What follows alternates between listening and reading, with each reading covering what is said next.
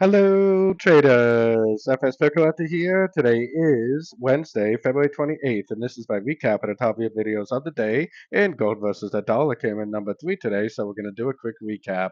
If you'd like to see my full top-down analysis on gold, make sure to check out the video I made this morning, linked at the end of this video over here.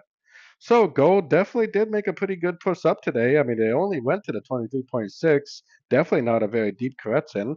I think it's actually a double zigzag. I think this is a ABC, and then I would call this an X, and then another ABC, basically just a double zigzag. The second ABC took out the low of the first ABC, which is exactly what a double zigzag should do. Made a nice impulsive move up, made a nice break of structure.